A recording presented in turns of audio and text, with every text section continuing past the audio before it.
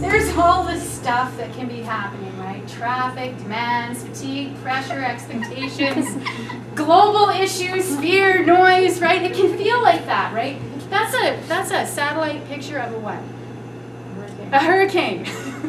There's a hurricane going on, and it can feel like that sometimes, right? And we're just like whoosh, whoosh, whoosh, and we're getting whipped around in this cycle of chaos and confusion, and it's overwhelming, and the cats are fighting, and the kids are fighting, and it's just crazy.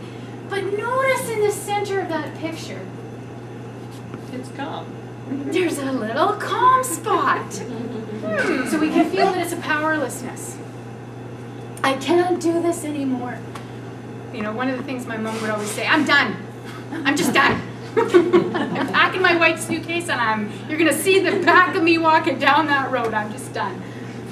But she never did that. But she would always threaten us. And I always would think about that. I would think, Mom, you don't even own a white suitcase. And in that chaos, we can stop. And this is where I like to celebrate red lights. We don't always celebrate those red lights, do we? Especially when we're on a deadline. But this is where we could celebrate a red light. And we can think about those red lights coming into our experience and just stop. Just for a moment. Just stop. Instead, we always feel like we have to react and we have to respond, right? I am okay. Which is different from, it's not okay what's happening. That's different, right? Because a lot of people will go into, well, I don't feel okay. Well, that may be true, that you don't feel okay because what's happening to you is not okay and around you is not okay, but you actually are okay. There is a place inside of you that is absolutely untouched. And we need to be reminded of that. We forget. And we think, well, it might be untouched for her. It might be untouched for him. But no, you should see my insides. They're really screwed up. I don't have any peacefulness inside of me, and I don't have any okayness inside of me. What we've done is we've bought into a program. We've bought into somebody saying and believing that we're not okay, but it's not true. It absolutely is not true. There is okayness in you. There absolutely is. And we need to remember that. And when we do, our power goes up, and all of a sudden, we move from here into here. More possibilities present themselves. Are you seeing a pattern here? It's kind of a repeated story, isn't it?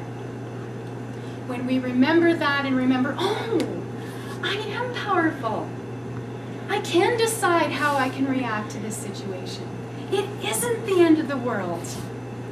Oh, okay, yeah, wow. I'm losing all my tenants and I'm going to have to pay that $2,000 a month bill. Wow, that's going to be difficult, but I'm okay. And I've always been okay.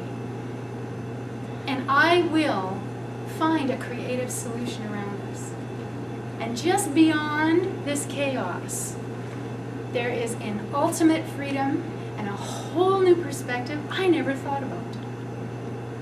And that's what I'm excited about. So I'm going to breathe and remember that I'm okay, and I'm going to take this one cautious step at a time with courage and strength and belief in myself, right? I was helping my friend Cindy launch her yoga studio, doing grand opening. And the night before, she said, Brenda, you're going to sleep in this room, but just so you know, if you keep the window open, you'll probably be wakened up by crows in the morning. And so I went, oh, well, whatever. So I went to sleep, had a pretty good sleep. Sure enough, the crack of dawn, the crows were happy. They were doing their thing, and they were doing their squawking, and I remember what Cindy said, and I thought, and first of all, my first reaction was, oh, darn crows, and I have, another hour I can sleep. And I thought, but they're crows. They don't know how to make a different sound. They're not canaries. They're not red-winged blackbirds, they're crows, and they're allowed to be crows. And they were here long before you were, honey. So let them be crows. Just allow them to be crows. I just noticed that shifted a feeling in my body. It was like, permission. They have permission to be them. I have permission to be me. And I fell back asleep. It's not always been that successful. But that one moment on that day, my tank was full. I was in that space of feeling really good, and I was able to allow.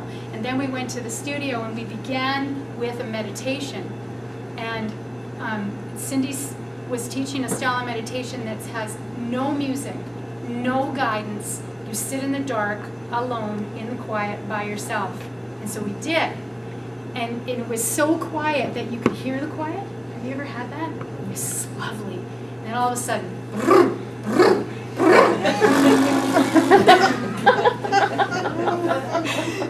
the next door neighbor decided it was a really nice day to mow the lawn. And I thought, but he's a lawnmower guy. He's allowed to be a lawnmower guy. Again, my tank was full and I could allow. But it was an agreement that we could share the same space. And an agreement to share the same space, you let go of the resistance. And then it was just sound. And I could sit in that sound and it didn't have to penetrate me. It could kind of either move through me or kind of bounce off me. And I talk about that in yoga, and people laugh at me, and because I say to them, just be the screen door. Because having a studio in Fort St. John, you're going to hear garbage trucks and people in the foyer talking and laughing and children knocking on the door, Mom, are you in yoga? Things like that. And so you have to be, you can put up be quiet signs everywhere, but it's not, life has to go on at some point. And I'll say to them, notice the noise, notice the sound without reacting. Observe the sound, notice it, and let it pass through you as if you were a screen door.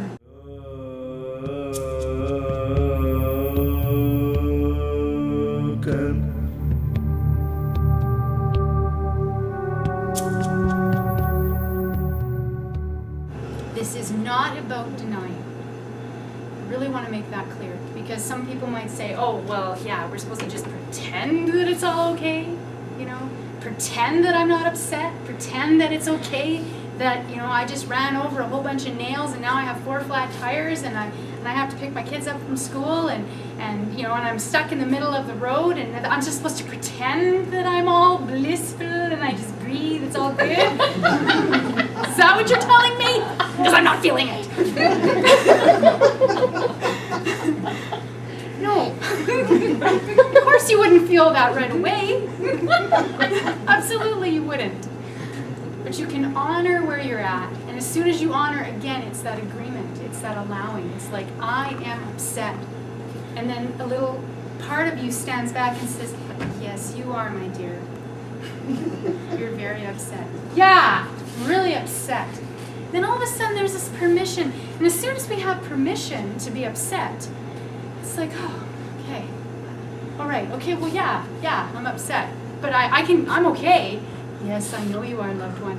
You're very okay. I always want to speak from that perspective, that these are things that help me. And these are stories that I've heard and ways of doing things that have helped others that I know.